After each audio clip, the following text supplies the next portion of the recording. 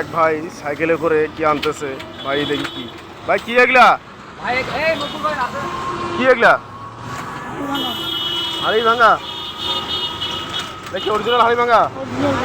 এটা আপনি কেনা না বাড়ির কেনা? কোন জায়গার গ্রাম এটা?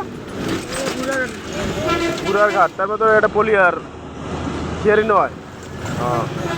এটা তো তাহলে পলিয়ারিলা, সে একটা সাদা হবার নাই। দেখেন কত করে বেচতেছেন? দেখলাম তো 40-50। এটা তো মানে পাকাটা একটু নরম হয়েছে। কেটে করে নিয়ে আসেন মানে ভাই আমরা আগে নেই। গাছ পাকা আমি কত ধরবেন? হ্যাঁ